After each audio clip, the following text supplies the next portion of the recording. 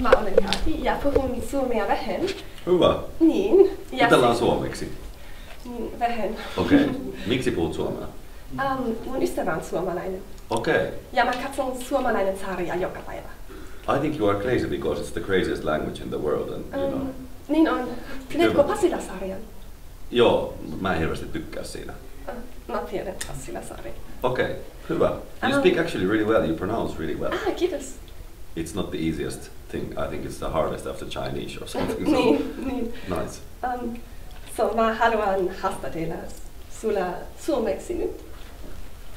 Go ahead. Okei. Kiitos. Sanot, että Out of Style on sun paras albumi. Miksi? Kirkkaasti. Should I answer in Finnish? Niin. Okei. Se on niiden bändilevy ja sitten meillä ei ehkä ollut kuitenkaan enää nyt niinku paineita eikä muuta.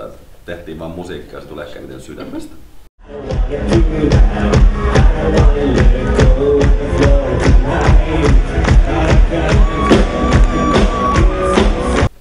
Ja miten sä päädyt muusikkoon? Opiskelteko musiikkaa vai teetkö jotain ihan muuta? Mä en ole koskaan opiskellut oikeastaan mitään. Mä rupesin vaan soittamaan heti kitaraa. Varmaan mä oon siksi muusikko, tai mä en ole muusikko, vaan artisti, mutta mä oon siksi muusikko, että mä en osaa tehdä mitään muuta.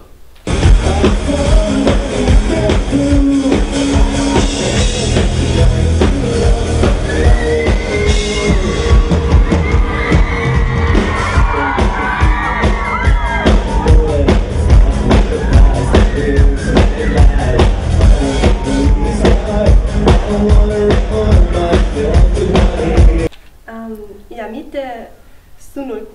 Oh, sorry. I was prepared that the whole group is there. Now I have a big problem with sulla. Don't worry, I can answer for the other guys as well. Okay, cool. So, miten sun suunniteltiin... Oh, no, I shouldn't say this. Vittu. No, but you know... Dirty words sorry. in Finnish. That's yeah, it's also on my shirt. Oi. Niin. Miten sun suunnitelmia ja unelmia Tulevaisuudessa. Niin, kiitos. Just nyt me ollaan rundilla koko vuosi. Soitetaan ehkä joku 100 keikkaa, 150 keikkaa.